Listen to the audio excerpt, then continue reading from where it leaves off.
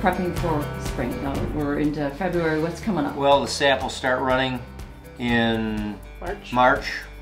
And so we tap, you know, probably here and in Ann Arbor, we probably tap, you know, a dozen trees.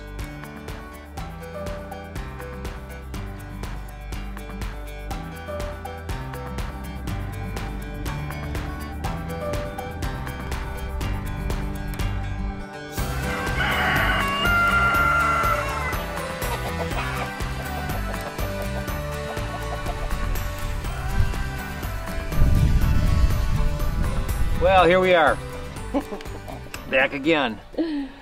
Yeah, we've been collecting maple syrup for what, about 2 weeks, roughly. It usually happens in late February or early March, where the nights are cold and the days are warmer and the sap runs. This year it was sort of funny. We got some of that weather, but we didn't get enough of it, so we didn't get very much. This is the last of it. Usually when the buds on the trees burst, that's a signal that you're done, because the tree's got to have the sap then to create the growth for the spring and the leaves and the foliage. So what we've got is probably a little bit of sap, and usually at this time the sap that you boil and the syrup that you get is not as tasty as the stuff that you get in the beginning. I don't know exactly why that is, but what we're going to do is we're going to collect the remaining sap today from the buckets, and use a screen to get the flies and debris out of it as I pour it into this bucket. And then we'll put it on the burner to boil down. There won't be very much of it. We take the bucket, and you can see it's a little yellow. There's a few bugs that got in it, and it looks sort of like, I say, dirty water. Just pour that in, and then we go from tree to tree and get it.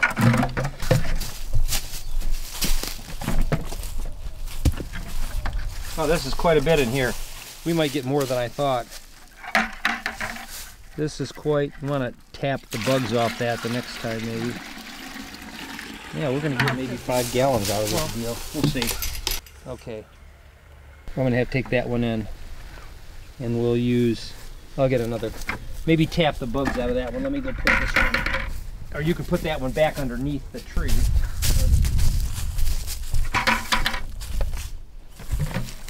Nothing. The same with this one here. These two, for some reason, in the years past have filled right up, but this year they did not. I don't know why.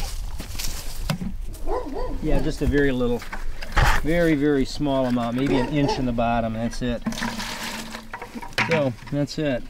It'll probably take, to get it down so that it starts to turn that amber color, and the sugars start to concentrate and the water is more or less gone, it takes several hours.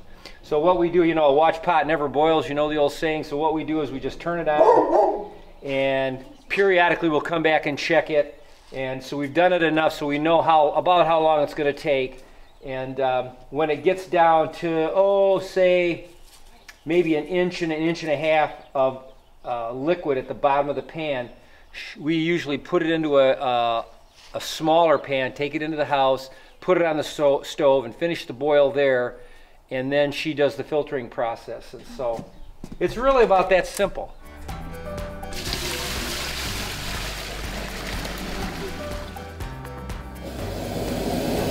Away we go.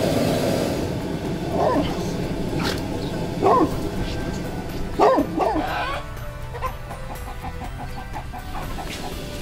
it's getting down there.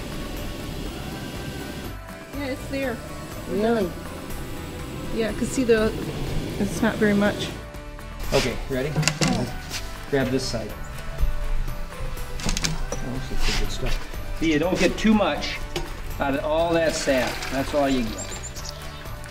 That was only 10 gallons, right? Yeah, probably 5. 5. Really? 5 gallons That's a of lot sap. for 5. Here you go. That's it. So all that work, all that energy, you can see why you don't make any money, because the propane tank, if you get this thing full, it takes almost a full tank of propane at about $46 a tank. So it's a hobby. And this year you think you're going to get how many? Probably 20 little bottles like this. How many did you get last year? About 45. Wow.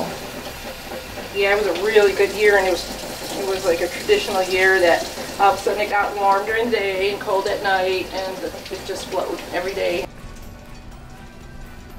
How long does it take for this last bit to boil?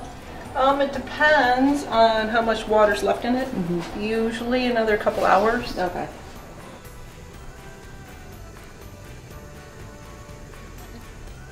Because if you keep going, it'll turn into candy. Candy, we don't want candy. We want tea.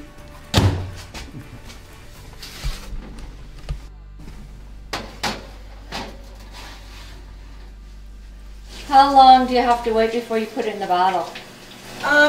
Usually right away, but I'm still sterilizing the jars, getting them hot enough so they don't break.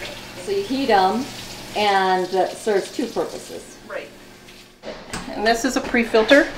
It's really thick, and this is the final filter. And they just stick it in a little basket.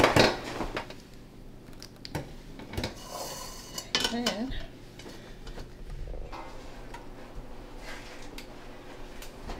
strain it in here. Try not to spill any of it, it's precious.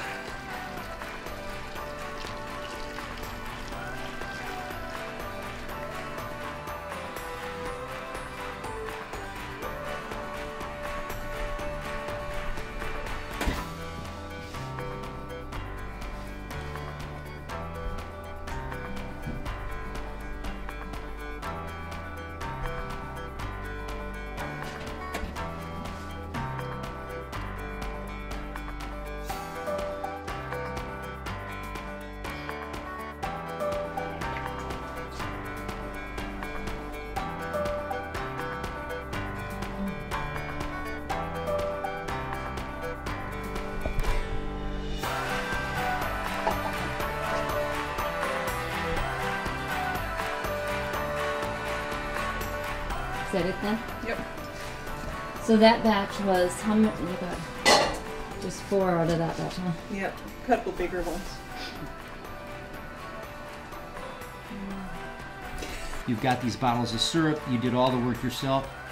You know, you're doing it for yourself. You're not, you know, anybody can go to their credit card and buy a gallon of syrup, but not too many people can say, you know, I made that.